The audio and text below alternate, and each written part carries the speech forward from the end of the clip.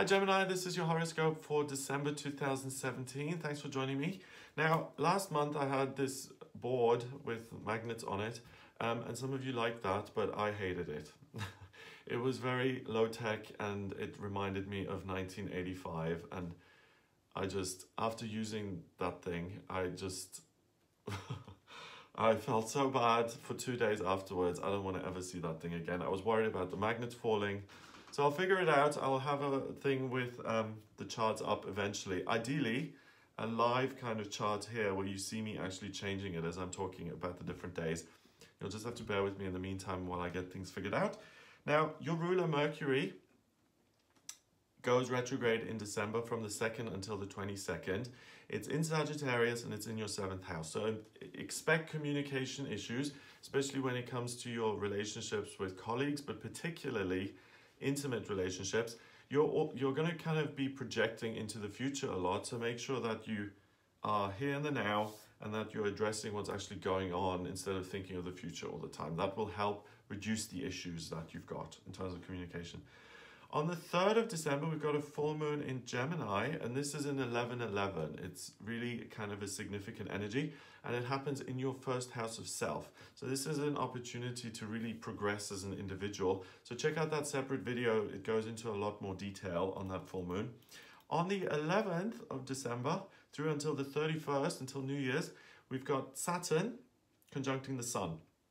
So Saturn is about structures in your life, and the Sun is about your identity. When these two connect, with Saturn being in Sagittarius, you're going to be quite rigid in your views, especially when it comes to other people demanding that you see things from their perspective, but you're going to be indecisive. You're going to be torn. Should I listen to them or should I, put my foot down? From the 20th onwards, when Saturn moves into Capricorn, you'll be much more rigid and much more certain of your own point of view, and then you will put your foot down. So if you want to kind of find some common ground with someone, easier to do that before the 20th of December. From the 20th onwards, not so much. It's going to be my way or the highway. On the 17th, we have got Mars trining Neptune, and that stays in place until the 6th of January. So Mars is the male principle. It's in your 6th house next to the lucky planet Jupiter. So good for work. Neptune is in your 10th house of career. So you're going to get loads and loads of intuitive insights here in terms of what to do with your career. There's also two ways to take this, okay? You can feel kind of hard done by, oh, my career hasn't gone very well up until now. Life is so hard. I struggle so much. Or you can look at making your dreams a reality by listening to your feelings and then taking action on them. Obviously, the second way feels much better because you're busy and you're doing something to actually build something. It's a lot of some things, but you're actually making an effort to create a career, a daily routine that you're happy with and that you like. On the 18th, we've got Saturn conjuncting Venus, and that also lasts until New Year's. Saturn and Venus, you're going to be kind of protective and uncertain about your affections and what you love and who you love. It's going to be kind of back and forth. On the 18th and 19th, from the 20th onwards, that certainty comes in again. So it's certainty of the self, certainty of what you love, what you want to maintain and grow and develop, and what you want to get rid of. So in terms of your love life, there's a lot of kind of certainty from the 20th onwards all the way to New Year's. So don't expect any kind of upsets or unexpected kind of arguments. It's going to be nice and peaceful and quiet. Also on the 18th, we've got a new moon in Sagittarius. I'll make a separate video on this, but this is about new beginnings, and it's in your 7th house of relationships. So it's 2 days before that Saturn change into Capricorn.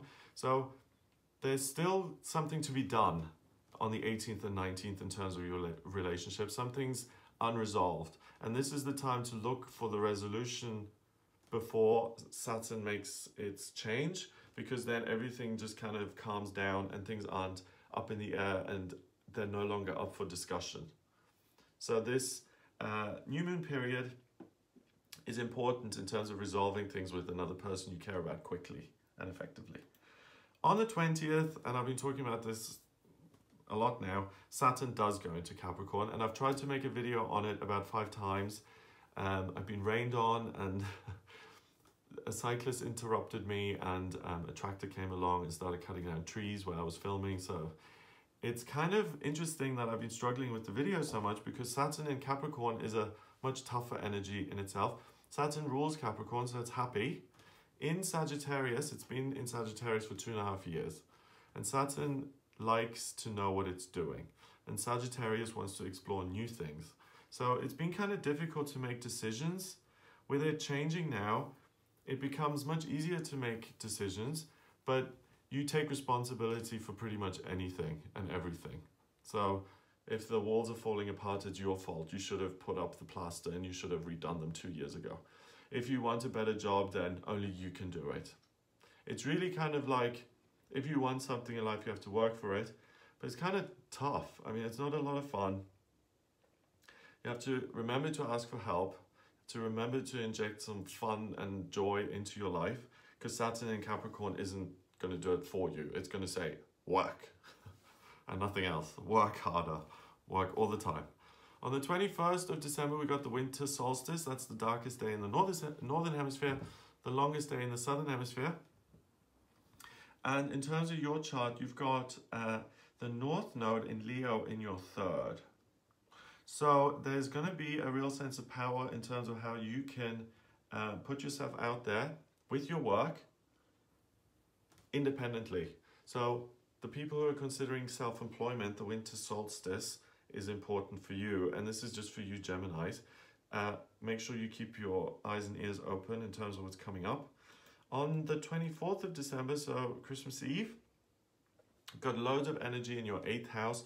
You've got Mercury and Venus in your 7th house of relationships. So you are able to make small talk and chat and really have a good time and enjoy yourself and not get too deep with things. What you're thinking about in the background is, what am I going to do with my working life? How can I make that better? How can I transform that?